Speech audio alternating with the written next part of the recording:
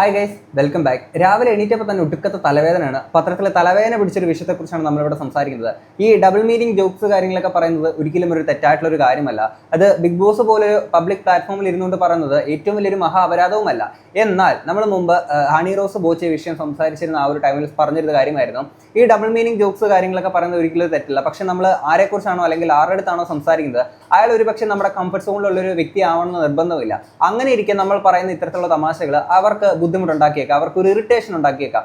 അങ്ങനെ അവർക്കൊരു ഇറിറ്റേഷൻ ഉണ്ടാക്കുന്നുണ്ടെങ്കിൽ അത്തരത്തിലായ ആ ഒരാളുടെ അടുത്ത് ഇത്തരം വർത്തമാനങ്ങൾ പറയുന്നത് ഒഴിവാക്കുന്നത് നമ്മൾ കാണിക്കേണ്ടുന്ന ഒരു ബേസിക് മര്യാദയാണ് എന്നൊക്കെ നമ്മൾ സംസാരിച്ചിട്ടുണ്ടായിരുന്നു. അപ്പോൾ കഴിഞ്ഞ ദിവസം ബിഗ് ബോസിൽ ഇരുന്നിട്ട് ഇവർക്ക് ആ ഒരു മീനെ സെറ്റ് ചെയ്യാൻ കൊടുത്തേക്കുന്ന ഒരു ടാസ്ക് ഉണ്ടായിരുന്നില്ലേ, അതിനുശേഷം ആര്യൻ സംസാരിക്കുന്ന കുറച്ച് കാര്യങ്ങളുണ്ട്.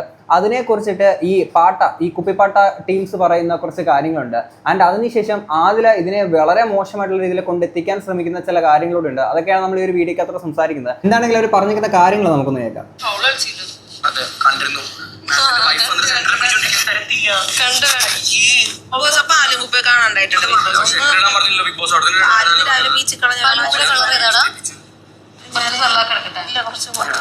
വെള്ളം ചൂടാക്കി പാലും കുപ്പിയാണ്, അതൊന്ന് ഒഴിച്ചു കൊടുക്കാം.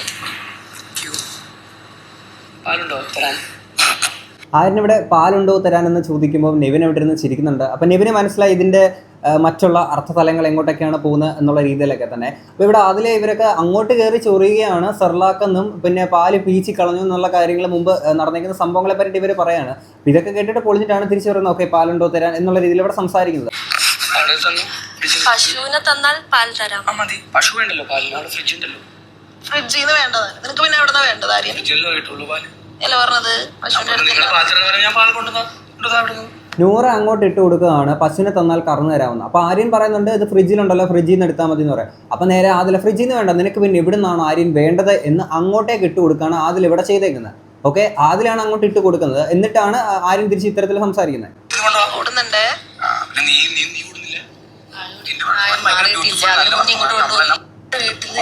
സ്ത്രീകളെ ബഹുമാനിക്കാൻ പഠിപ്പിച്ചിട്ടുണ്ട്.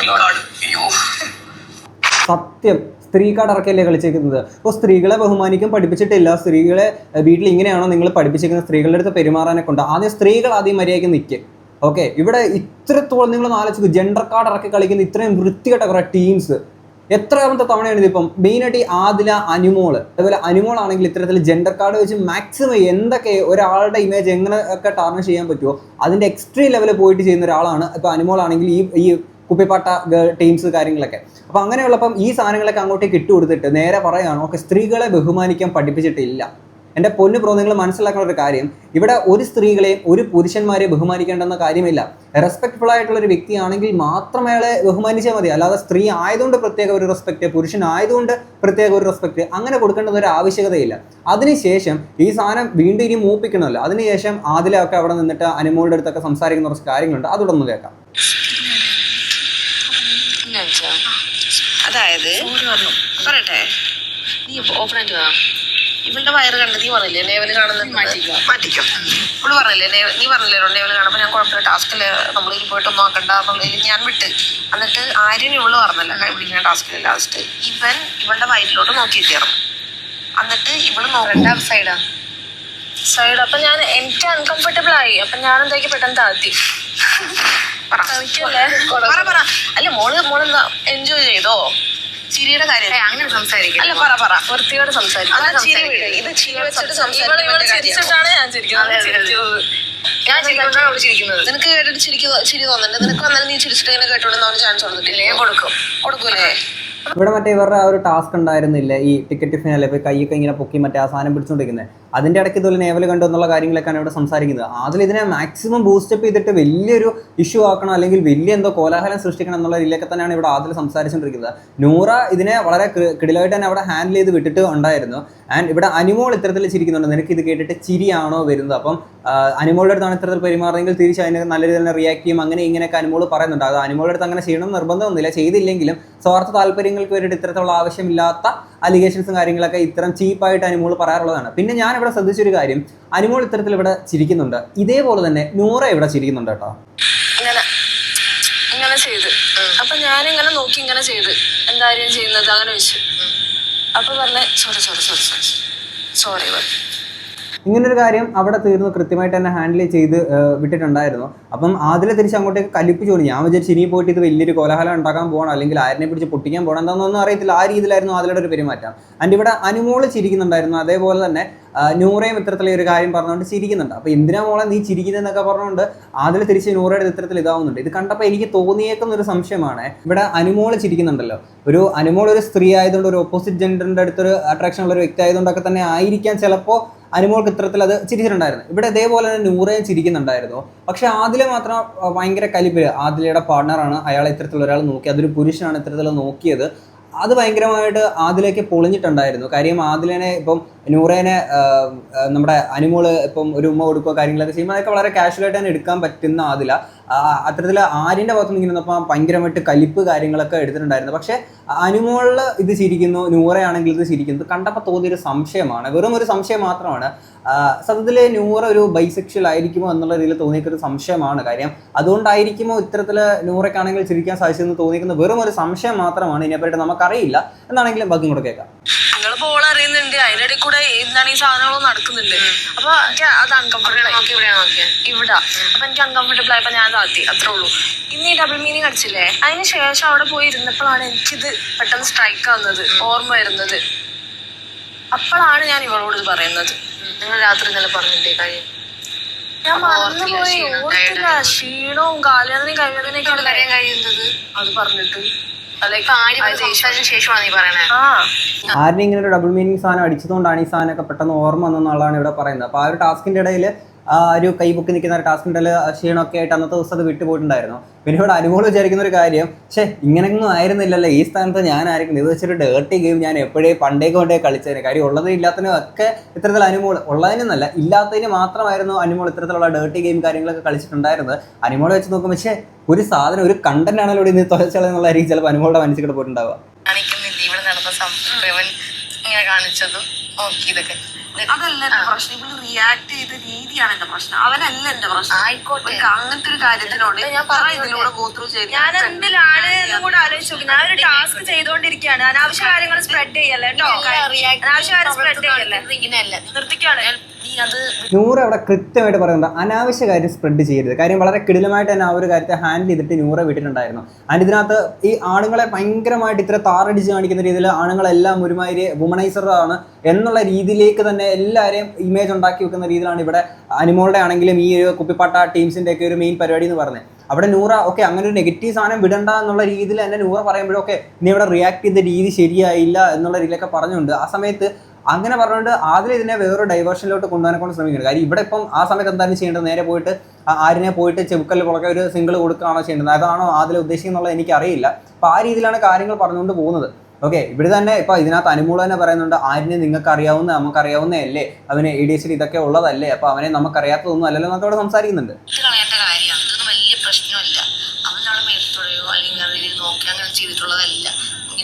അവന്റെ സ്വഭാവം എന്താണെന്ന് നമുക്ക് എല്ലാവർക്കും അറിയാവുന്ന കാര്യമാണ്. എന്നും വെച്ച് അവള് തിരിച്ചങ്ങനെ കാണിക്കണമെന്നില്ല. അവൾക്കും അവന്റെ ക്യാരക്ടർ അറിയാം. നിങ്ങൾ തന്നെ പറയാറുണ്ട് അവളുടെ ഏറ്റവും ചെറുതിനെ പോലെയാണ് അവൾ ഉള്ളത് ആയിരുന്നു. ഇത് ഞാൻ അറിയുന്നതിന് മുന്നേ വരെ അല്ല, ഇതൊക്കെ പറഞ്ഞു കൊടുക്കുന്ന അനുമോളാണ്. ഈ അനുമോൾ ഇത് പറഞ്ഞു കൊടുക്കുന്നത് കേട്ടപ്പോഴാണ് ഞാൻ അത്രമേൽ അത്ഭുതപ്പെട്ടു പോയി. കാര്യം അനുമോള് ഓരോ ഇങ്ങനത്തുള്ള കാര്യങ്ങളൊക്കെ കിട്ടുമ്പോൾ ഒരാഴ്ചക്ക് അല്ലെങ്കിൽ സ്വന്തം താല്പര്യങ്ങൾക്ക് വേണ്ടിയിട്ട് പലപ്പോഴും അല്ലെങ്കിൽ സ്വാർത്ഥ താല്പര്യങ്ങൾക്ക് വേണ്ടിയിട്ട് ഇത്തരത്തിൽ ഗെയിമിനിടയിലൊക്കെ ഉത്തരം മുട്ടി പോകുമ്പോഴോ അല്ലെങ്കിൽ തനിക്കൊന്നും അങ്ങോട്ട് ഡോമിനേറ്റ് ചെയ്യാൻ പറ്റുന്നില്ല സാഹചര്യങ്ങളൊക്കെ തോന്നുമ്പോൾ ഇത്തരത്തിലുള്ള സാധനങ്ങൾ എടുത്ത് വലിച്ചിട്ട് അങ്ങനെ ഒരു ഡേർട്ടി ഗെയിം കളിക്കുന്ന ഒരാളാണ് അനുമോള്. പക്ഷെ അനുമോൾ ഇങ്ങനെ ഒന്ന് പറഞ്ഞപ്പോൾ എനിക്ക് ഭയങ്കരമായിട്ട് അത്ഭുതം തോന്നിപ്പോയി. ഇത് ആരുടെ ഈ പറയുന്നത്? കാര്യം ഇവിടെ വളരെ കൃത്യമായിട്ട് പറയുന്നുണ്ട്, നിങ്ങൾക്ക് അറിയുന്ന ഒരാളല്ലേ, അനുജനെ പോലെ തന്നെയല്ലേ, അല്ലെങ്കിൽ അവനൊരു ADHD അല്ലെങ്കിൽ ഇത്തരത്തിലുള്ള കാര്യങ്ങളൊക്കെ ഉള്ള കാര്യങ്ങൾ നിങ്ങൾക്ക് അറിയാവുന്നതല്ലേ, പക്ഷേ ഈ ഒരു കാര്യം അറിയുന്നതിന് മുന്നേ വരെ ആയിരുന്നു എന്ന് അതിലൂടെ സംസാരിക്കുന്നുണ്ട്. അനുമോൾ തന്നെ അവിടെ പറഞ്ഞു കൊടുക്കുന്നുണ്ട്. ഇപ്പം ഇന്നലെ വരെ ഡേർട്ടിങ് ഗെയിം കളിച്ചുകൊണ്ടിരുന്ന അനുമോൾ വരെ പറഞ്ഞു കൊടുക്കുന്നുണ്ട് ഇതങ്ങനെ പ്രശ്നമാക്കേണ്ട ഒരു കാര്യമില്ല എന്നുള്ള രീതിയിൽ. ഇങ്ങനെ ഒരു പ്ലാറ്റ്ഫോമിൽ വന്നിട്ട് ഒരാൾ ആരും ആയിക്കോട്ടെ അങ്ങനെ കാണിച്ച് അതിന് മര്യാദക്ക് റെസ്പോണ്ട് ചെയ്ത് ടാസ്കിനിടയിലാണ്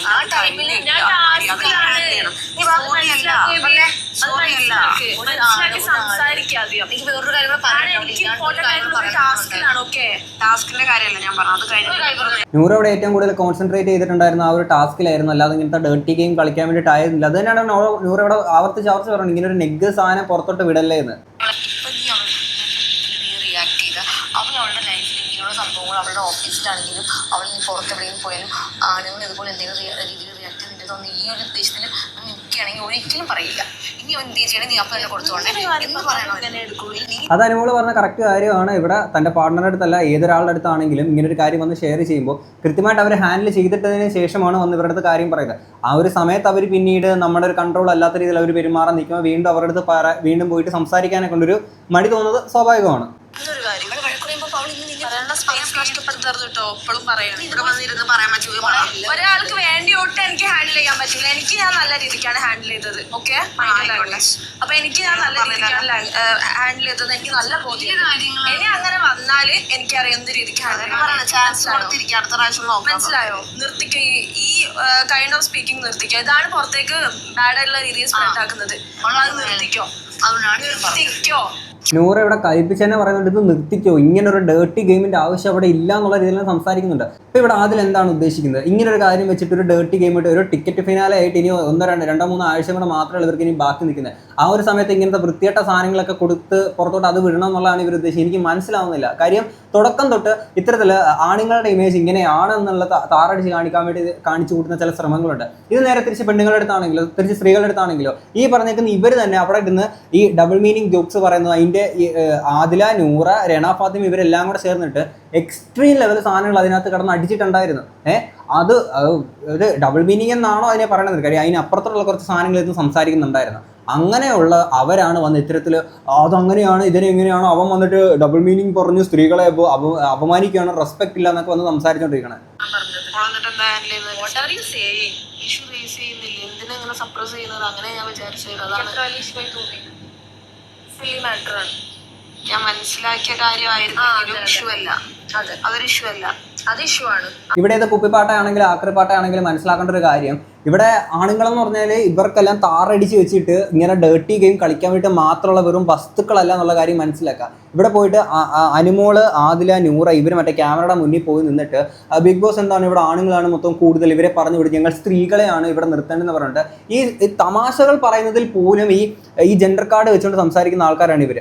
അങ്ങനെയുള്ള കാര്യങ്ങൾ ഒരിക്കലും നമുക്ക് എൻഡോസ് ചെയ്യാൻ പറ്റില്ല. കാര്യം ഒന്ന് ആലോചിക്കും, തുടക്കം തൊട്ട് ഇവിടം വരെ ഇവിടെ ലാലേട്ടൻ്റെ പ്രൊമോയിൽ പറയുന്ന ഒരു കാര്യമാണ് ജെൻഡർ കാർഡ്, വിക്ടിം കാർഡ്, മറ്റേ കാർഡ്, മറിച്ച കാർഡ് എല്ലാ കാർഡുകളും കീറുന്നുള്ളത്. എന്നിട്ട് ഈ സീസണിൽ തുടക്കം തൊടുക ഇവിടെ ടിക്കറ്റ് ഫിനാലെ വന്നിരിക്കുന്ന ഈ ഒരു ടൈം വരെ ഈ കാർഡുകളാണ് എല്ലാം ഇവർക്ക് കളിച്ചുകൊണ്ടിരിക്കുന്നത് വൃത്തികെട്ട രീതിയിൽ. എന്തുവാണ് ഇതിനൊക്കെ പറയേണ്ടത്? എന്താണെങ്കിലും ഇതൊക്കെ ആയിട്ട് നിങ്ങൾക്ക് എന്താ തോന്നുന്നത്? തീർച്ചയായും കമന്റ് ബോക്സിൽ നമുക്ക് അടുത്തൊരു വീഡിയോ കാണാം. അപ്പോൾ ശരി.